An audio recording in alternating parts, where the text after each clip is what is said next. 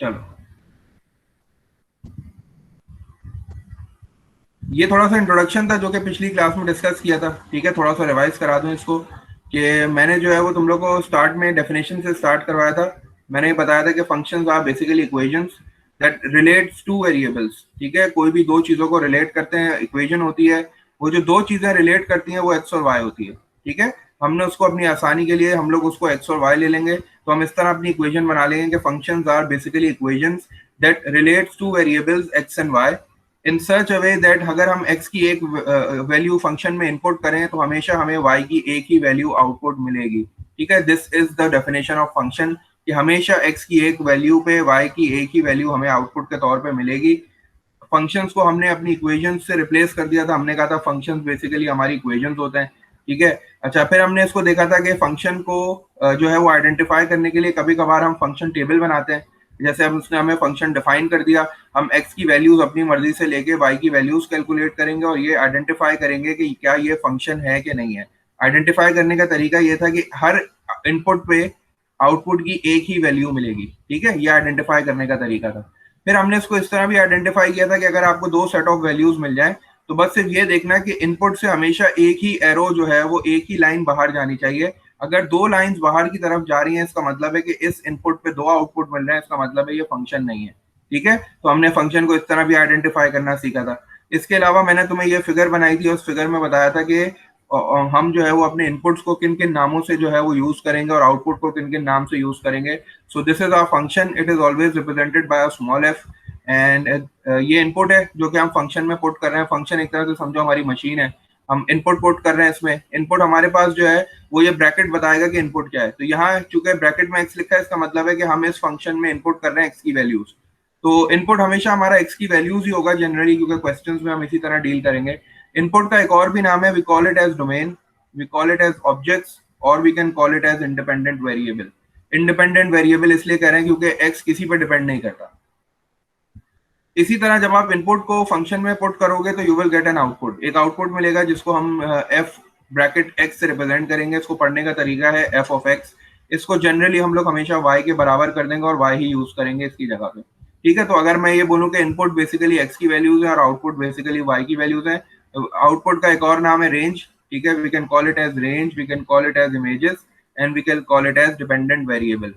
Dependent variable इसलिए कह रहे हैं because it depends upon x, ये एक्स पे डिपेंड कर रहा है। ठीक है, एक्स की वैल्यूज पे वाई की वैल्यूज डिपेंड कर रही हैं। आप एक्स की वैल्यूज को चेंज करते रहो, वाई की वैल्यूज चेंज होती रहेंगी। तो इसी वजह से मैंने वाई को डिपेंडेंट वेरिएबल बोला। ठीक है, ये तो थोड़ा सा इंट्रोडक्शन था जो कि हमने फंक्शंस पे देखा था। Then we discuss some questions. उन क्वेश्चंस में हमने ये सीखा था कि किस तरह आप फंक्शन को रिप्रेजेंट करते हो। तो आपकी बुक में इस तरह फंक्शन को रिप्रेजेंट किया हुआ है कि पहले एफ लिखा है, then we use colon x, फिर ये लाइन खींची है उसने, फिर एरो बना के फंक्शन लिख दिया 2x² + 1। इसको हमने थोड़ा सा चेंज कर लिया था। हमने कहा था we will not be using this method, हम ये वाला जो है वो फॉर्मेट नहीं यूज करने वाले, हम ये यूज करेंगे जो आसान है, एफ ब्रैकेट एक्स। इसको पढ़ने का तरीका है f of x is equal to 2x² + 1। हमेशा याद रखना एफ के बाद जो ब्रैकेट है ना, ये तुम्हें बताता है कि what is your input, input क्या है, इनपुट की वैल्यूज क्या है। तो यहाँ इनपुट की वैल्यूज एक्स है। इस क्वेश्चन में उसने हमें डोमेन दी हुई थी, उसने हमें इनपुट्स दिए हुए थे, तीन इनपुट्स दिए हुए थे, -1, 2 एंड 3। और उसने हमसे डिमांड की थी कि फाइंड आउट द इमेजेस या रेंज जो है वो हमें फाइंड करनी है इन तीन नंबर्स पे। तो since these are the inputs we will put them in the function. हम इसमें बारी बारी फंक्शन में पुट करेंगे।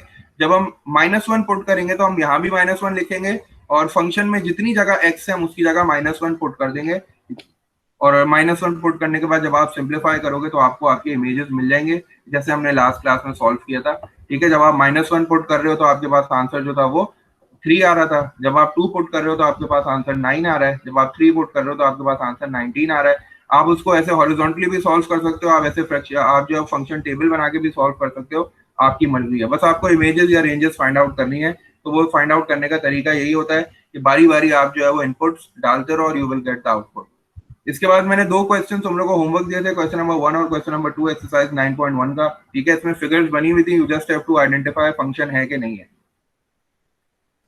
अच्छा, ये तो हो गए नंबर्स की बात। अब हमने डिस्कस किया था कि अगर आपको ग्राफ बना हुआ मिलता है और आपसे बोला जाए कि आइडेंटिफाई करो इज दिस अ फंक्शन और नॉट, तो वो फिर हमने किस तरह आइडेंटिफाई किया था कि मैंने जो है वो तुम्हें एक लाइन बना के दी थी, दिस इज आवर लाइन, ये इक्वेशन ऑफ लाइन है। ठीक है, ये इक्वेशन ऑफ लाइन है जो कि हम बहुत बार बना भी चुके हैं, हम बहुत बार प्लॉट भी कर चुके हैं। इसमें हमारा जो y इंटरसेप्ट है वो +3 है, इसका मतलब है लाइन जो है वो +3 से पास होगी।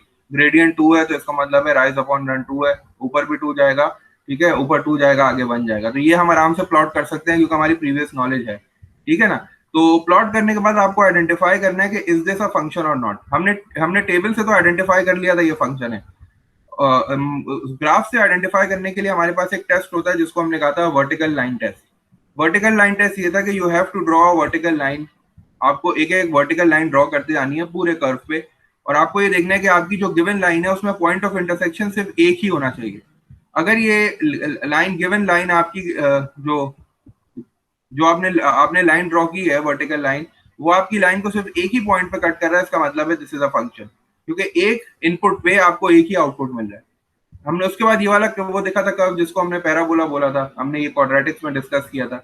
यहाँ भी अगर आप वर्टिकल लाइन टेस्ट जो है परफॉर्म करो, you draw vertical line, you will get only one point of intersection. Her point पे आपको एक ही पॉइंट ऑफ इंटरसेक्शन मिल रहा है, कभी भी दो नहीं मिल रहे। इसका मतलब है कि ये भी जो है ना फंक्शन है। उसके बाद हमने एक दूसरा फंक्शन किया था, ठीक है, बेसिकली था तो ये भी पैराबोला ही, लेकिन हमने इसके एक्सिस को स्विच कर दिया था। तो जब हमने यहाँ वर्टिकल लाइन टेस्ट ड्रॉ की, जब हमने अप्लाई किया, तो हमें दो दो इंटरसेक्शन पॉइंट मिल रहे थे हर एक वैल्यू पे। इसका मतलब है this is not a function, क्योंकि हमें सिर्फ एक ही इंटरसेक्शन पॉइंट चाहिए। अब फॉर एग्जांपल मैं तुम्हें एक और क्वेश्चन अगर देता हूँ, मैं तुमसे ये बोलता हूँ कि हमारे पास इस तरह का कर्व है, ठीक है, हो सकता है कि हमारे पास सर्कल भी तो हो सकता है ना, ठीक है। तो अगर अब यहाँ हम वर्टिकल लाइन टेस्ट परफॉर्म करते हैं, हम ये देखना चाहते हैं कि क्या ये सर्कल भी फंक्शन होता है कि नहीं होता है।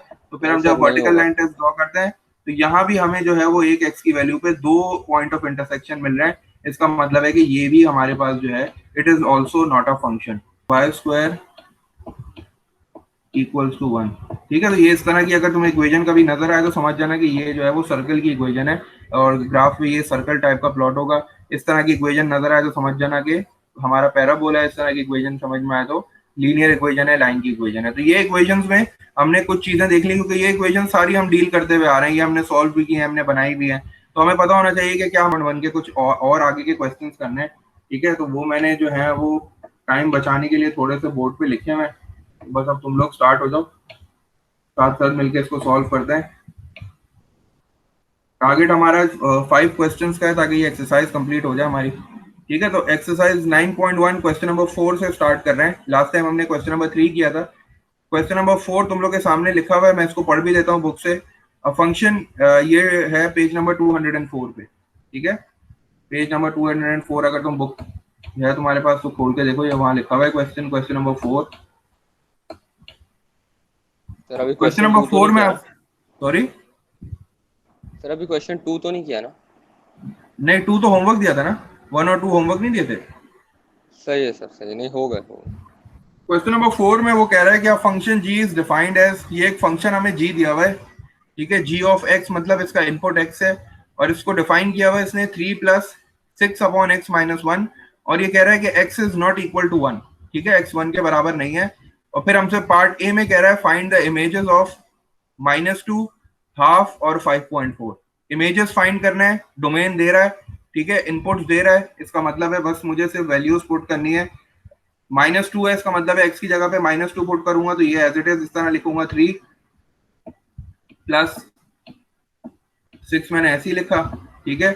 अब जहां जहां यहाँ एक्स की जगह पे अब -2 है, इसका मतलब है जहां जहां एक्स था मुझे वहां -2 लिखना पड़ेगा। तो ये हो जाएगा -2 -1, ठीक है। -2 -1 जो है वो -3 हो जाएगा। जब आप 6 को -3 से डिवाइड करोगे तो आपके पास इस तरह का कुछ बन जाएगा -2, और 3 - 2 जो है वो आपके पास 1 आ जाएगा। तो इसका मतलब है कि g ऑफ -2 पे जो इमेज आपको मिल रहा है दैट इज इक्वल्स टू 1। इसी तरह हाफ पे क्या करेंगे, x की जगह पे हाफ रिप्लेस कर देंगे, तो ये ऐसे ही हो जाएगा, 3 + 6 आपके न्यूमरेटर में ही रहेगा, और जब आप हाफ को नीचे पुट करोगे तो ये हो जाएगा हाफ -1, और हाफ -1 जो होता है वो माइनस हाफ होता है, ठीक है। माइनस हाफ का मतलब है आपने 6 लिखा और नीचे आपने लिख दिया -हाफ। ये -हाफ जब ऊपर आएगा तो 2 से मल्टीप्लाई हो जाएगा, ठीक है। तो ये मेरे पास इस तरह का हो जाएगा, ये 3 हो जाएगा, और ये माइनस साइन हो जाएगा, ये हम जब माइनस आप ऊपर आएगा आपका तो ये 2 से 6 से मल्टीप्लाई हो जाएगा, तो 6 times 2 will be equals to 12। ये बात समझ में आती है? तो ये मेरे पास हो जाएगा 3 माइनस 12, और मेरे पास जो फाइनल आंसर आ जाएगा वो आ जाएगा -9। ठीक है, ये फ्रैक्शन जब ऊपर आएगा तो ये 2 से 6 मल्टीप्लाई हो जाएगा, ये 2/1 हो जाएगा, और 2 times 6 is 12, so 3 minus 12 will be -9। इसी तरह 4 को भी कर लेते हैं जल्दी से, 5/4 को 3 लिखा, प्लस इनपुट की जगह पे 5/4 है, तो जहां जहां x था फंक्शन में वहां मैं 5/4 लिख दूंगा। This is 5/4 -1। एलसीएम ले लो जल्दी से, नीचे 4 आ जाएगा, this will be like this, 3 plus 6 आपने ऊपर लिख दिया, जब आप नीचे एलसीएम लोगे तो दिस विल बी 4, और 5 माइनस 4 जो है ये 1 हो जाएगा, तो ये 1/4 हो जाएगा।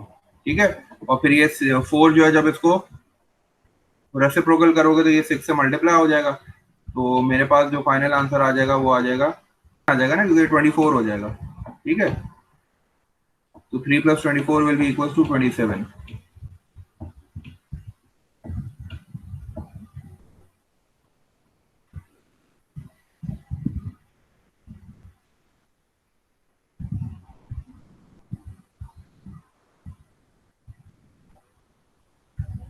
ये क्लियर है? बस सिर्फ इनपुट इनपुट जो उसने दिए हुए वो आप जो है वो जहां जहां आपको फंक्शन में x नजर आ रहा है वहां आपने इनपुट की जगह पे पुट कर दिया, तो आपके पास जो 3 इमेजेस आ रहे हैं वो -2 पे 1 आ रहा है,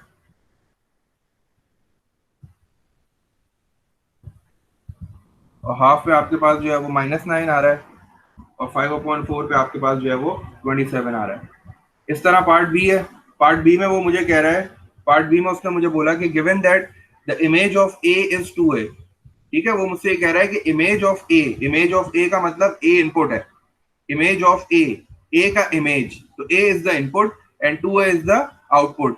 ये ऑब्जेक्ट हो गया, ये इमेज हो गया, तो मैंने इसको इसी तरह लिख लिया कि जी, अब मेरा जो फंक्शन है वो जी था, तो G of A is equals to 2a, मतलब जब मैं जी के फंक्शन में, जो मेरा फंक्शन जी ऊपर डिफाइन हुआ है उसमें जब ए डालूंगा तो मेरा जो आउटपुट आएगा वो 2a आएगा, और मुझसे कह रहा है कि ए की वैल्यूज फाइंड आउट करो। तो मुझे सबसे पहले क्या करना पड़ेगा कि मेरे पास ये जो फंक्शन है ये जी ऑफ एक्स की फॉर्म में रिप्रेजेंटेड है, तो मुझे इसको पहले जी ऑफ ए की फॉर्म में रिप्रेजेंट करना है। तो जब मैं जी ऑफ ए की फॉर्म में रिप्रेजेंट करूंगा तो इसका मतलब है कि जहां जहां एक्स लिखा हुआ है वहां वहां मुझे ए लिखना पड़ेगा। ठीक है, इसकी फॉर्म चेंज हो जाएगी, तो 3 को 3 रहने दूंगा, ठीक है, और प्लस ऐसे ही लिखूंगा, 6 को 6 रहने दूंगा, डिनोमिनेटर में x -1 लिखा हुआ है, तो x की जगह पे अब मैं a पुट कर दूंगा क्योंकि मेरा जो इनपुट है वो a है, तो a -1 हो जाएगा। ठीक है, और ये किसके बराबर है? ये किसके बराबर है? ये 2a के बराबर है, तो मैं इसको 2a के बराबर कर दूंगा। अब इसको मैं सॉल्व कर लूंगा जल्दी से, पहले मैं यहाँ एलसीएम लूंगा। ठीक है, पहले मैं यहाँ एलसीएम ले लूंगा, जब मैं यहाँ एलसीएम लूंगा तो ये क्या हो जाएगा, ये 3 के साथ a -1 मल्टीप्लाई हो जाएगा क्योंकि 3 के नीचे 1 है, तो 3 के साथ a -1 मल्टीप्लाई हो जाएगा क्योंकि मैंने एलसीएम लिया है, तो this will B 3 bracket a -1, और ये +6 ऐसे ही आ जाएगा, और जो है वो डिनोमिनेटर में मेरे पास a -1 आ जाएगा।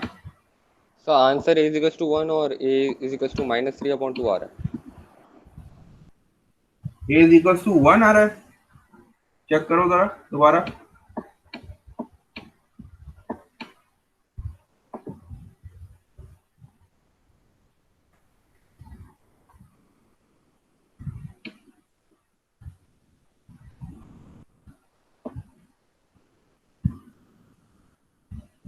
चलो अब ये जल्दी से सिंप्लीफाई कर लेता हूँ, ये हो जाएगा 3a, और ये -3 +6, और ये जब वहां जाएगा तो ये मल्टीप्लाई हो जाएगा। ठीक है, a को 2a से मल्टीप्लाई करूंगा तो ये 2a² हो जाएगा, जब ये इसको शिफ्ट करूंगा a -1 को इस साइड पे, तो ये 2a पहले a से मल्टीप्लाई होगा तो 2a² आ जाएगा, और फिर जब 2a -1 से मल्टीप्लाई होगा तो ये 2a आ जाएगा। ठीक है, अब इनको सिंप्लीफाई कर लेता हूँ, क्वाड्रेटिक बन जाएगी, इन सबको उधर शिफ्ट कर देता हूँ, ये हो जाएगा 3a, और ये +3 हो जाएगा, और this will be equals to 2a² -2a हो जाएगा, और ये 2a² हो जाएगा, और जब ये 3a को शिफ्ट करूंगा तो ये -5a हो जाएगा,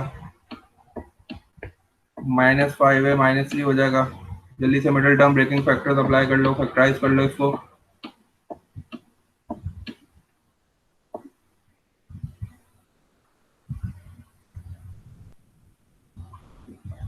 ये 2 3 6 है, तो 6 और 1 ले लेता हूँ, 2a² और -5 है, तो इसका सर मतलब a है is bigger equal two factor. 3 और a इज इक्वल टू 1/2।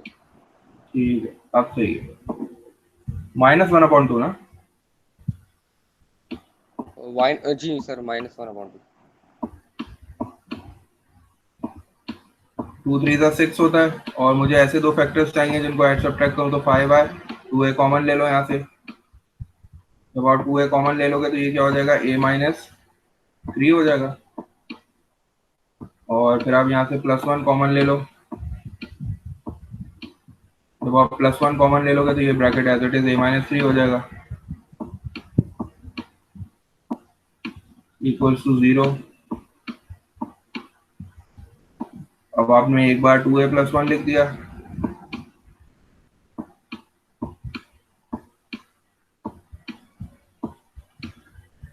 और एक बार आपने a-3 लिख दिया। एक ही आपके पास दो वैल्यूज आ गई, इनको सॉल्व करने के बाद एक वैल्यू आपके पास आ गई -1/2, और आपके पास एक दूसरी वैल्यू एक ही कितनी आ गई, 3। यही चीजें हमने जो है वो लास्ट क्लास में भी देखी थी, और यही आज भी देखेंगे कि इस तरह वो हमें इमेज देके ए की वैल्यू पूछ लेगा, कभी डोमेन देके रेंज पूछेगा, कभी रेंज देके डोमेन पूछेगा। तो दिस वाज क्वेश्चन नंबर 4। इसको कॉपी कर लो जल्दी से, कुछ पूछना है तो पूछो, फिर हम क्वेश्चन नंबर 6 की तरफ चलते हैं। चलो, क्वेश्चन नंबर 6 की वर्डिंग्स कुछ इस तरह है कि क्वेश्चन नंबर 6 में उसने मुझे एक एरो डायग्राम दी हुई है, जो कि मुझे सिर्फ ये बता रही है कि अगर इस फंक्शन में जो कि f of x है is equal to ax² plus bx plus c, when I put 3, जब इनपुट 3 रखूं तो आउटपुट मुझे मिले 32। जब मैं इनपुट 1 रखता हूं तो I will get an output of 6, और जब मैं -2 रखता हूँ आउटपुट इनपुट, तो मेरे पास जो आउटपुट आता है वो आता है -3। इसका मतलब है कि 3 इनपुट्स हैं और 3 आउटपुट्स हैं, और अगर मैं फंक्शन को देखूं तो मेरे पास 3 वेरिएबल्स भी हैं other than x, a b and c। इसका मतलब है पहले पार्ट में मुझसे a b c की वैल्यू पूछने वाला है, तो उसने पहले पार्ट में मुझसे यही पूछा है कि find the values of a b and c। अब मेरे पास 3 वेरिएबल्स हैं, इसका मतलब है मुझे 3 इक्वेशंस चाहिए कम से कम इनको सॉल्व करने के लिए, क्योंकि हमने ये चीज हमने डिस्कस की थी कि जितने नंबर ऑफ वेरिएबल्स होते हैं उतनी इक्वेशंस आपको बनानी पड़ती हैं, और लकीली मेरे पास 3 इनपुट्स और 3 आउटपुट्स भी हैं। तो इसका मतलब है कि सबसे पहले मैं 3 इक्वेशंस बनाऊंगा, और फिर उन 3 इक्वेशंस को साइमल्टेनियसली सॉल्व करके a b और c की वैल्यू निकालूंगा। तो 3 इक्वेशंस तुम लोगों ने इससे पहले कभी सॉल्व नहीं की, तो आज इंशाल्लाह सॉल्व करना सीखोगे किस तरह 3 इक्वेशंस को एक साथ सॉल्व किया जाता है। तो सबसे पहले मैं 3 इक्वेशंस बनाता हूँ। 3 इक्वेशंस बनाने के लिए मेरे पास इनपुट और आउटपुट मौजूद है, तो पहले मैं क्या करूंगा, इनपुट 3 यूज करूंगा और आउटपुट 32 यूज करके अपनी इक्वेशन बनाऊंगा। मैं डायरेक्ट इक्वेशन बना रहा हूँ, ठीक है। डायरेक्ट इक्वेशन का मतलब है कि मैं इसमें जो है वो x की जगह पे 3 पुट कर रहा हूँ, तो जब मैं यहाँ 3 पुट करूंगा तो 3 का स्क्वायर कितना हो जाएगा, 9। तो मेरे पास जो इक्वेशन बन जाएगी, सबसे पहले मैं ये लाइन लिख देता हूँ, let y is equal to f of x। ये मैं हर बार लिख देता हूँ, ठीक है, ताकि मुझे काम करने में आसानी हो जाए। तो मेरे पास जो है वो 3 इक्वेशंस आ जाएंगी इस तरह, ठीक है। तो पहली इक्वेशन मेरे पास क्या आ जाएगी, 9a, क्योंकि मैंने क्या किया है, x की जगह पे मैं क्या पुट कर रहा हूँ, 3। I am putting x is equals to 3, क्योंकि 3 मेरा इनपुट है। 3 का स्क्वायर 9 हो जाएगा, तो दिस विल बी 9a। फिर मैं प्लस का साइन यूज करूंगा, and then I have again x, तो यहाँ 3 रखूंगा तो 3b हो जाएगा, तो this will be 3b and plus c। This is my equals to 32 है, तो मैं इसको बाद में 32 के बराबर भी करूंगा क्योंकि इमेज इज 32। तो this is 32 equals to 1। This is my first equation. इसी तरह मैं सेकंड इक्वेशन बनाता हूँ जल्दी से। I have to put x is equals to a 1 है, x 1 है, तो 1 का स्क्वायर 1 ही हो जाएगा, तो this will B a plus b plus c, और फिर इक्वल्स टू मुझे करना पड़ेगा, इक्वल्स टू 6 है मेरे पास, तो this is my second equation. ये मेरे पास सेकंड इक्वेशन आ गई। और इसी तरह मैं जो है वो अपनी थर्ड इक्वेशन भी बना लूंगा बाय पुटिंग -2। जब मैं -2 रखूंगा x की जगह पे तो -2 का स्क्वायर हो जाएगा 4, तो दिस विल बी 4a। और फिर जब सर मैं नेक्स्ट, बोलो। Sir a is equals to 2 and b is equals to 5। जबरदस्त। और c c निकाल लेते हैं सर, c निकाल लो जल्दी से। तो this will B 4a minus 2b plus c equals to -3। This is my third equation.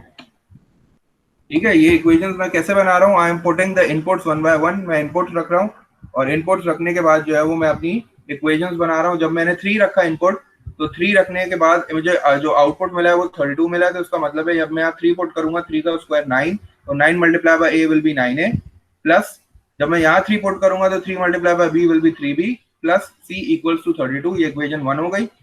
अब सेकंड वो अप्लाई करता हूँ कंडीशन, इनपुट 1 है आउटपुट 6 है, तो मैंने 1 रखा तो 1 का स्क्वायर 1 ही आ गया, a plus B plus C equal to 6। और फिर थर्ड जो था वो था -2 और -3।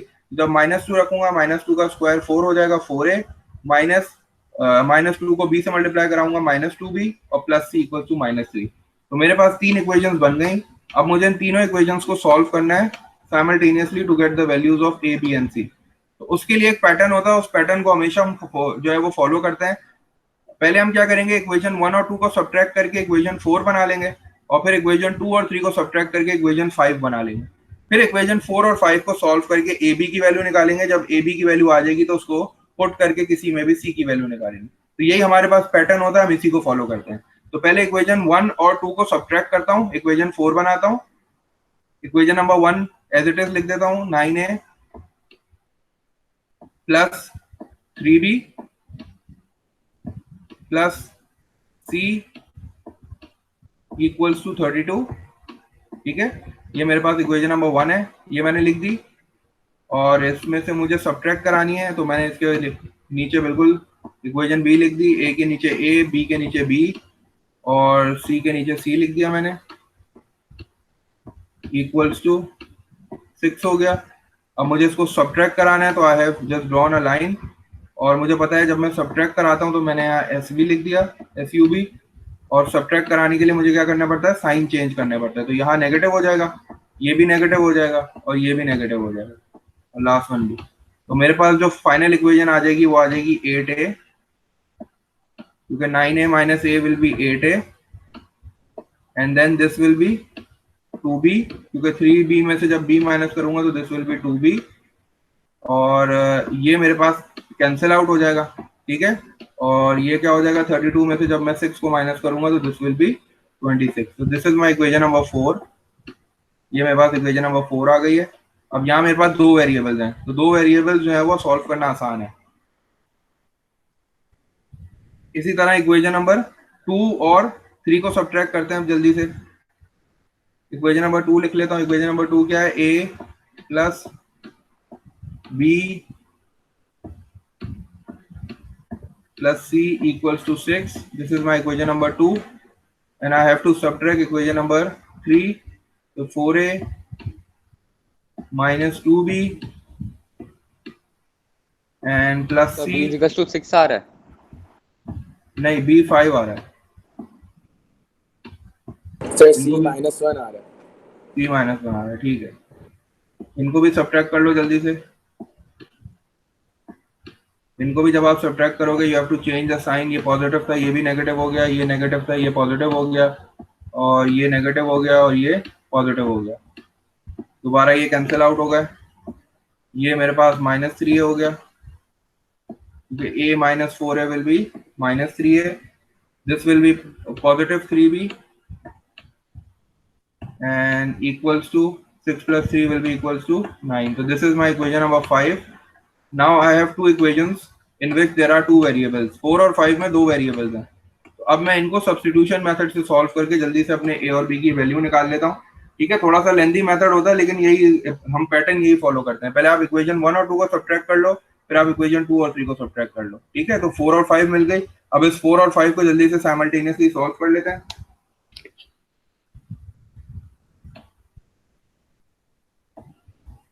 इक्वेशन नंबर 4 से मैं b की वैल्यू निकाल लेता हूँ। ठीक है, इक्वेशन नंबर 4 यूज कर लो। इक्वेशन नंबर 4 से आप जो है वो b की वैल्यू निकालोगे तो you will get b is equals to 8a को वहां भेज दो तो 26 माइनस 8a। अगर ये नहीं समझ में आया तो मुझे रोकना, मैं दोबारा बता दूंगा। सर ये 26 कौन सा मेथड यूज कर रहे हैं? हाँ, सर ये कौन सा मेथड है जो आप यूज कर रहे हैं? वो साइमल्टेनियसली सॉल्व कर रहे हैं, बस वो हम जिस तरह तो करते हैं बस। साइमल्टेनियसली तो कर रहे हैं, लेकिन ये आपने सब्सट्रैक्ट कर दिया फिर ऐड कर लिया, ये समझ आवाज नहीं है, दोबारा बोलो।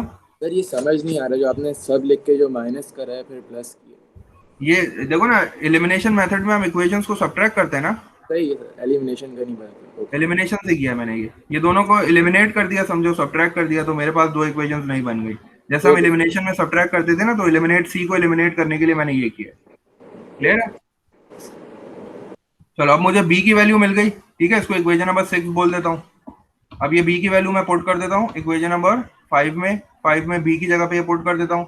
-3 है, मैंने एज इट इज लिखा, ठीक है, और उसके बाद पॉजिटिव का साइन यूज किया, और फिर मैंने 3 यूज किया, ठीक है, और फिर बी की वैल्यू मैंने ब्रैकेट में लिख दी 26 minus 8a and divided by 2, bracket close किया, इक्वल्स टू 9, ठीक है। अब इसको सॉल्व करूंगा, एलसीएम ले लूंगा। यहाँ मेरे पास 1 है तो मुझे एलसीएम चाहिए, मैंने 2 ले लिया। यहाँ सॉल्व कर लेता हूँ इसको, और उस 2 को जो है वो मैं शिफ्ट भी कर देता हूँ, यहाँ वो 18 हो जाएगा, जाके मल्टीप्लाई हो जाएगा, ठीक है। तो जब मैं यहाँ एलसीएम लूंगा तो आई have to multiply this with 2, इसको भी 2 से मल्टीप्लाई करना पड़ेगा, और मुझे जो है वो अपने न्यूमरेटर को भी 2 से मल्टीप्लाई करना पड़ेगा। तो ये मेरे पास क्या हो जाएगा, -6a, this will B -6a, और ये 3 को मैं जल्दी से मल्टीप्लाई करा लेता हूँ। 3 टाइम्स 26 कितना हो जाएगा, कैलकुलेटर पे देख लीजिए, 78 हो जाएगा। तो यहाँ मैंने 78 लिख दिया, ठीक है। और फिर मुझे क्या करना पड़ेगा, 3 को जब मैं -8 ए से मल्टीप्लाई करूंगा तो आई विल गेट -24a, और मुझे जो 2 था वो मैंने यहाँ शिफ्ट कर दिया, तो वो 9 से आके यहाँ मल्टीप्लाई हो जाएगा, दिस विल बी 18।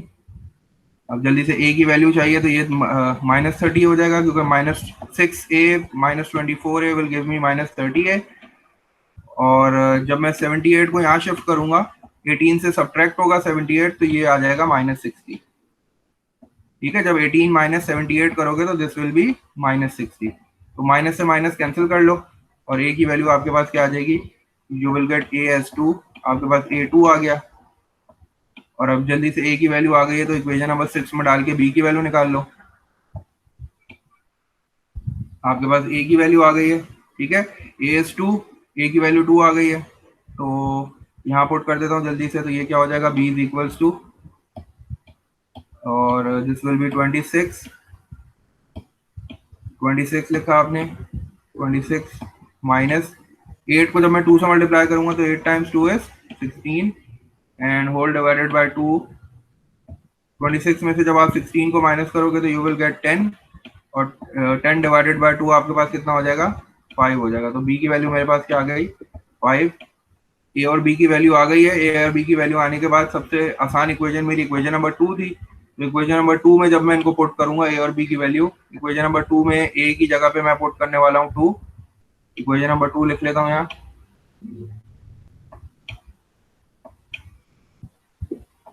ठीक है। a की वैल्यू मैंने क्या की, a की जगह पे मैंने 2 पुट किया, b की जगह पे मैंने 5 पुट किया, और मुझे c की वैल्यू चाहिए, तो +c इक्वल्स टू 6। जब मैं सॉल्व करूंगा तो मेरे पास जो है वो c की वैल्यू कितनी आ जाएगी, -1। तो this is the method of solving 3 equations. अगर 3 वेरिएबल्स को सॉल्व करना है तो ये पैटर्न को फॉलो करते हैं हम लोग, ठीक है। पहले 2 इक्वेशंस को सिंप्लीफाई करके 2 इक्वेशंस बना लो, उसके बाद जो है वो उनको साइमल्टेनियसली सॉल्व कर लो। तो a b c की वैल्यू हमारे पास आ गई है, ये पार्ट a था। पार्ट a में उसने कहा था we have to find the values of a b and c। अब पार्ट b में मुझसे कह रहा है कि find the number whose image is 2। ऐसा नंबर मतलब इनपुट आपको फाइंड करना है जिसका इमेज 2 है। तो इमेज 2 का मतलब है कि ये हमें आउटपुट दे रहा है, ठीक है। तो मैं क्या करूंगा, सबसे पहले मैं स्लाइड चेंज कर लेता हूँ, यानी यहाँ जगह है आ जाएगा। तो सबसे पहले मैंने क्या किया, अपने इस फंक्शन में ये जो मेरे पास जो फंक्शन था एफ ऑफ एक्स, इसकी जगह पे मैंने क्या किया, ए बी और सी की वैल्यूज पुट की। जब मैं ए और बी सी की वैल्यूज पुट करूंगा तो ये इस तरह हो जाएगा, 2 ए की जगह पे मैंने 2 पुट किया तो this will be 2x² plus b की जगह पे 5 पुट कर दिया तो दिस विल बी 5x 1/2। 1/2 सही, -1। और चूंकि वो मुझे इमेज दे रहा है, इमेज कितना है 2, तो मैंने उसको इक्वल्स टू 2 किया। जल्दी से इसको क्वाड्रेटिक से सॉल्व कर लो और इसके जल्दी से फैक्टर्स बना लो। ये हो जाएगा 2x², ये पॉजिटिव 2 है, इधर आके जब इधर आएगा तो -2 हो जाएगा। तो मैं जो मेरे पास क्वाड्रेटिक इक्वेशन बन जाएगी वो बन जाएगी 2x² plus 5x minus 3 equals to 0। This is my quadratic. इसको फैक्टराइज कर लो जल्दी से, ये फैक्टराइज कर लो, वही बन रहा है 2 3 ज़ा 6, ठीक है। 6 और 1 ले लो यहाँ भी जल्दी से, यही सॉल्व कर लेता हूँ मैं सॉल्व किया था, वो मेरा बी भी हो गया उसके साथ सॉल्व। ठीक है। तो ये 2 को कॉमन लोगी, जब आप कॉमन लेंगे इसका तो फिर आपके पास जो दो फैक्टर्स आएंगे वो इस तरह हो जाएंगे। यहाँ कॉमन ले लेता हूँ 2x, जब आप कॉमन ले लोगे तो you will gate 1 bracket S, एक ब्रैकेट में आ जाएगा x+3। जब आप फर्स्ट 2 में से 2x कॉमन लोगे तो you will get like this x+3। और फिर आप जो है वो नेक्स्ट वन में से -1 कॉमन ले लो तो आपके पास आ जाएगा अगेन x+3, ठीक है। अब मैं एक स्टेप मिस कर देता हूँ यहाँ से डायरेक्ट, जो जगह मेरे पास कम है थोड़ी, तो इक्वल्स टू 0 हो गया, ठीक है। तो अब मैं डायरेक्ट x की वैल्यूज लिख देता हूँ। मेरे पास जो 2x की वैल्यूज आ रही हैं दैट आर कमिंग, एक आ रही है मेरे पास -3 और जो दूसरी वैल्यू आ रही है मेरे पास वो आ रही है x की 1/2। तो उसने मुझसे चूंकि पॉजिटिव नंबर पूछा तो इसका मतलब है कि मेरा आंसर जो है वो 1/2 आ जाएगा। नंबर 11 है 9.1 का। इस क्वेश्चन में वो मुझसे कह रहा है कि again a function is defined, function defined है x² - 2x।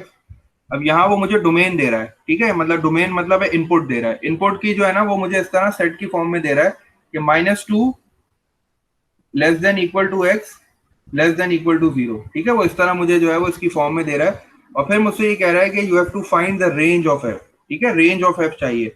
इनपुट दे रहा है, आउटपुट फाइंड करना है, ठीक है। बोलिए sir f of x is greater than equals to 0 and lesser than equals to 8। ठीक है। तो हमने किया क्या, ये क्या हमजा को आंसर कैसे मिला, हमने क्या किया, अपनी डोमेन को देखा। डोमेन में हमारे पास जो लीस्ट वैल्यू थी वो -2 थी और हाईएस्ट वैल्यू 0 थी। तो हमारे पास बस कौन कौन से substitute नंबर्स कर आ दिया जाएंगे इस रेंज में, -2 -1 और और 0।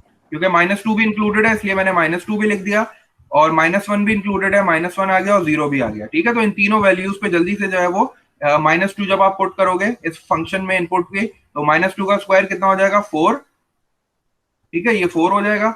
और फिर आप जब दोबारा -2 और ब्रैकेट में -2 पुट करोगे तो आपके पास जो आंसर आ जाएगा दैट इज इक्वल टू 8, ये 8 आ जाएगा, ठीक है, क्योंकि माइनस माइनस प्लस हो जाएगा और 2 2 ज़ा 4, तो 4 + 4 8 हो जाएगा। जब आप -1 पुट करोगे तो -1 का स्क्वायर कितना हो जाएगा 1, तो यहाँ 1 लिख दिया। और जब आप यहाँ -1 पुट करोगे तो माइनस माइनस प्लस हो गई, ये +2 हो जाएगा। तो आपके पास जो आउटपुट आ जाएगा, जो इस इनपुट पे आउटपुट आएगा वो 3 आ जाएगा। जब आप 0 पुट करोगे तो 0 का स्क्वायर 0 -0 हो जाएगा, क्योंकि 2 से जब मैं 0 को मल्टीप्लाई करूंगा तो यू विल गेट 0, ठीक है। तो इन ये तीन कहां से पता चले, क्योंकि ये गिवन थे in the question, the domain was given in the question, we just हमने कुछ उसमें से नंबर्स पिक किए and then we find out the images on that objects. इन ऑब्जेक्ट्स पे हमने इमेजेस फाइंड किए। अब हमें रेंज लिखनी है। हमारे पास सबसे लीस्ट वैल्यू 0 है तो हमने 0 लिखी। उसके बाद हम यही साइन यूज करने वाले हैं क्योंकि 0 भी आंसर होगा, तो इसका मतलब हमने यही साइन यूज किया। अब यहाँ हमने चूंकि ये रेंज है, ठीक है ना, ये तो डोमेन थी तो ये हमने रेंज लिखी है, तो रेंज में हम फिर क्या लिखेंगे, एफ ऑफ एक्स लिख देंगे जो हमारा फंक्शन था, क्योंकि हमारे फंक्शन के आंसर जो है वो इस रेंज में लाई कर रहे हैं। उसके बाद हमने यही साइन यूज किया और हमारे पास ग्रेटर वैल्यू क्या थी 8, तो ये हमारा फाइनल आंसर हो गया। इस तरह हम जो है वो जिस फॉर्म में आपको डोमेन दी हुई उसी फॉर्म में आपने रेंज भी लिख दी। अब नेक्स्ट क्वेश्चन में वो कह रहा है कि find another domain for same range, इसी रेंज के लिए अनदर डोमेन फाइंड करो। अब डोमेन फाइंड करनी है, मतलब इसी रेंज के लिए जो है वो मैं एक दूसरी डोमेन फाइंड आउट कर रहा हूँ, ठीक है। तो उसके लिए मैं क्या करूंगा, ये दो आउटपुट्स यूज कर लूंगा 0 और 8। तो मैं क्या करूंगा, इसी फंक्शन में x² - 2x ये मेरा फंक्शन है। और चूंकि मैं ये आउटपुट्स यूज कर रहा हूँ क्योंकि मुझे डोमेन चाहिए ना, तो इसका मतलब मैं ये आउटपुट्स यूज कर रहा हूँ। तो मैं पहले इक्वल्स टू 0 करता हूँ और इसको सॉल्व करने की कोशिश करता हूँ। मेरे पास 2x के आंसर्स आ जाएंगे और फिर मैं दोबारा क्या करूंगा, इसी फंक्शन को यूज करूंगा और अब मैं दिस टाइम मैं हाईएस्ट वैल्यू लूंगा जो कि मेरे पास क्या है 8। तो अब मैं जल्दी से सॉल्व कर लेता हूँ, मेरे पास 2 वैल्यूज आ जाएंगी, मैं उनको डोमेन की फॉर्म में लिख लूंगा। यहाँ से क्या करूंगा, x कॉमन ले लेता हूँ, this will be x minus 2, x minus 2 equals to 0, ठीक है। और मेरे पास x की 2 वैल्यूज आ गई, एक x की वैल्यू आ गई 0 और मेरे पास एक x की वैल्यू आ गई 2, ठीक है। इसी तरह मैं यहाँ भी सॉल्व कर लेता हूँ जल्दी से, और ये क्वाड्रेटिक हो जाएगी, ये क्वाड्रेटिक हो जाएगी, x square minus 2x minus 8 हो जाएगी, क्योंकि मुझे डोमेन चाहिए। ये मैंने एज अ रेंज यूज किया है, रेंज का मतलब होता है इमेजेस, तो इमेजेस को हमेशा इक्वल्स टू के बाद लिखते हैं। इनको जल्दी से सॉल्व कर लो। जब आप इनको क्वाड्रेटिक सॉल्व करोगे 4 टाइम्स 2 तो ये हो जाएगा एक्स स्क्वायर और -4 और 2 ही ले लेते हैं, माइनस फोर एक्स और प्लस 2x ले लेते हैं इसको, this will be -8 equals to 0। और जब आप पहले दो में से कॉमन लोगे, you can take x as common, this will be x minus 4 और यहाँ से आप जो है वो प्लस कॉमन ले सकते हो, +2, this will again be x minus 4 equals to 0। और आपके पास जो दो ब्रैकेट्स आ गए, the first one is x minus 4 and the second one is x plus 2 equals to 0। तो आपके पास x की फिर दो वैल्यूज आ गई, द फर्स्ट वन इज 4, एक 4 आ गई और एक आपके पास आ गई -2, ठीक है। तो आपके पास x की 4 वैल्यूज आ गई हैं। अब इन 4 वैल्यूज में से जरा गौर करो तो दो वैल्यूज तो आपके पास पहले से डिफाइन है, पहले दो वैल्यूज आपके पास पहले से डिफाइन है, -2 और 0 वाली डोमेन तो उसने डिफाइन की हुई है ना, तो इसका मतलब है कि ये 0 वाली स्किप कर दो क्योंकि ये डिफाइन है पहले से, और ये -2 वाली स्किप कर दो, तो ये दोनों पहले से डिफाइन है। इसका मतलब है आपको नई रेंज डिफाइन करनी है, तो उसके लिए मैं क्या करूंगा, स्मॉलेस्ट वैल्यू 2 है तो मैंने 2 यूज की और फिर अगेन यही वाले साइन दो बार यूज किए, बीच में चूंकि डोमेन है तो मैंने x लिखा और फिर ये दोबारा यही ब्रैकेट यूज करके मैंने दूसरी वैल्यू लिख दी 4, तो ये इसका आंसर हो गया। सर पार्ट भी दोबारा समझा देंगे? पार्ट बी में देखो वो मुझसे कह रहा था कि find another domain for the same range, range यही है और आपको दूसरी डोमेन फाइंड आउट करनी है। तो रेंज का मतलब है ये आउटपुट है दोनों, तो मैंने इनको एज एन आउटपुट यूज किया, ठीक है। मैंने अपना फंक्शन लिया, पहले इक्वल्स टू 0 किया और x की दो वैल्यूज निकाल ली, फिर मैंने अपना फंक्शन दोबारा लिया, इक्वल्स टू 8 किया और अपनी x की दोबारा दो वैल्यूज निकाल ली। अब मेरे पास x की 4 वैल्यूज आ गई हैं जिसमें से दो पहले से डिफाइन है, एक -2 से लेके 0 तक की रेंज उसने मुझे पहले से डिफाइन की हुई थी, मुझे इनअदर डोमेन चाहिए थी, तो इनअदर डोमेन के लिए मैंने बाकी दो नंबर्स को यूज किया, पहला नंबर 2 था, दूसरा 4, तो 2 नंबर स्मॉलेस्ट था तो मैंने 2 को पहले लिखा, 4 को बाद में लिख के एक दूसरी डोमेन जो है वो मैंने डिफाइन कर दी। Okay sir. अब क्वेश्चन नंबर 12 को और जो है ना 16 को होमवर्क में ट्राई करना, नहीं हुआ तो फिर नेक्स्ट क्लास में इंशाल्लाह जो हमारी कल ही है तो उसमें हम डिस्कस कर लेंगे। 12 और 16 को होमवर्क में ले लो, अगर ये नहीं होते तो मुझे बता देना, हम लोग नेक्स्ट क्लास में इसको डिस्कस कर लेंगे, ठीक है। थोड़ा सा जल्दी आज इसलिए किया क्योंकि उन्होंने टाइम कम कर दिया, पहले थोड़ा ज्यादा टाइम था अब कम हो गया। इसमें कोई प्रॉब्लम है तो पूछ लो मुझसे जल्दी से।